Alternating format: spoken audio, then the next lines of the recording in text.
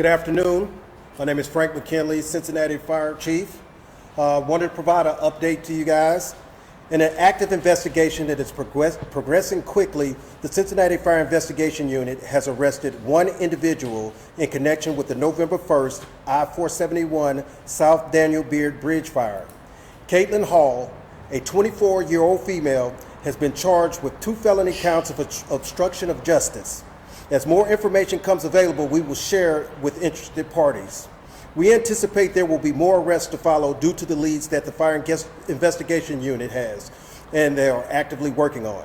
No further comment at this time as it pertains to this investigation, as it could jeopardize the integrity of this case. I'll take any questions that you might have at this time.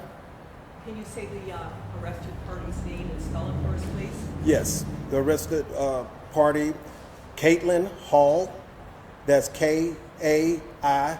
24. Do you have an address or part of town? We don't have that information at this time.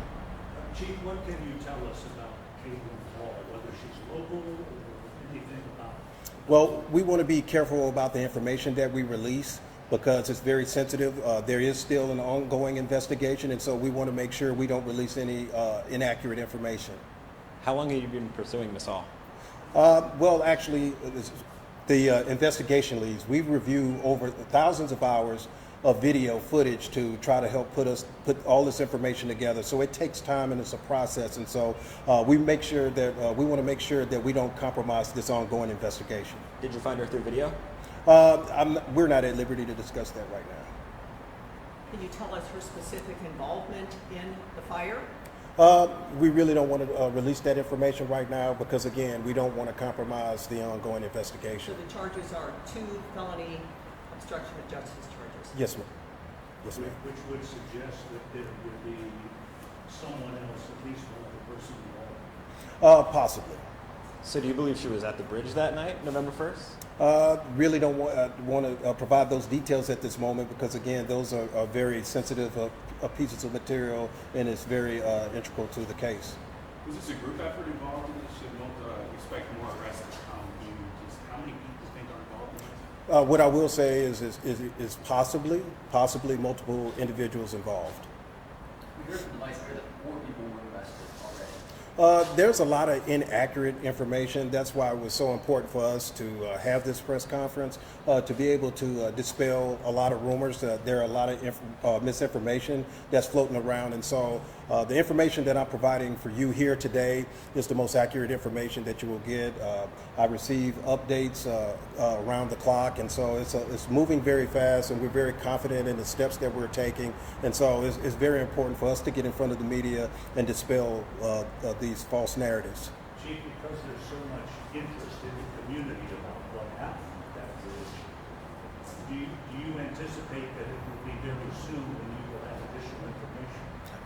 Yes, I want to just recognize the efforts that our Fire Investigation Unit has employed in this investigation. They're very thorough.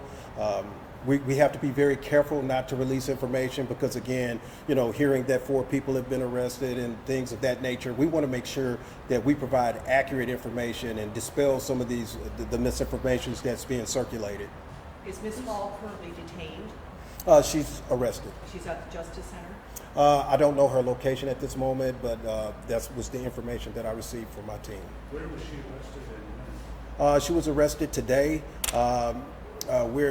I don't want to release that information right now where she was arrested because it's a very sensitive topic of the investigation.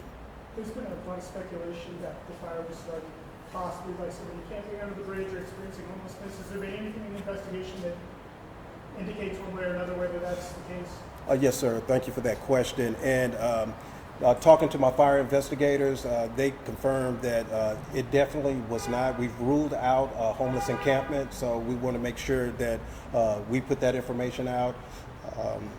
That's something that I wanted to make sure that we messaged in this press release. Can you talk at all about what kind of accelerant was involved in this fire? That's a very sensitive topic as well because, again, we do forensics, and so there's a lot of laboratory work, and so we have to make sure that we do our due diligence and gather all the facts surrounding if any accelerants were used. And so once we continue to get that information, that's part of the ongoing investigation. We'll be happy to share that. Final question. Mr. Mayor, every day I talk with residents who feel like at rush hour downtown, it's a traffic jam, and they feel like the city isn't doing enough. What would be your message to them? Yeah, I share their frustration. It is incredibly difficult right now to get south to northern Kentucky at the end of the day, and certainly to the central business district in the morning during rush hour. It's challenging. It's gotten so frustrating that even Central Parkway has gotten backed up. There are semis now, unfortunately, getting rerouted through neighborhoods.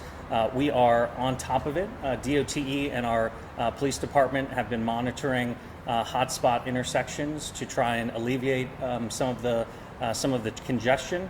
Unfortunately, given the process of repairing the bridge, this is a challenge that is going to be with us for a little while longer, and so we're devoting more resources with CPD and under Chief Thege's leadership in order to try and help alleviate some of those concerns. We have a strong partnership with ODOT. The northbound lanes are hopefully going to be opening up soon, and we have no reason to believe they won't be able to hit the deadline that they put out there. I do want to say thank you on behalf of myself and City Manager Long for the incredible work of our fire department and specifically our fire investigators. As the chief mentioned, they have been poring over evidence and videos, hours and hours of evidence that led to today's arrest.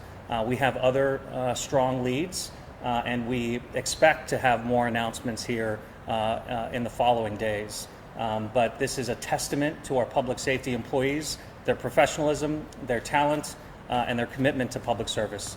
Thank you. Let me clarify. What I said was, in addition to the video and all of the evidence that they have been reviewing over the thousands of hours that they've really been working on this around the clock since the incident happened, that professional investigation led to this break in the case. And from this break, we are confident we will be able to apprehend the folks ultimately involved. I do want to reiterate, this is the most accurate and correct information coming from the chief.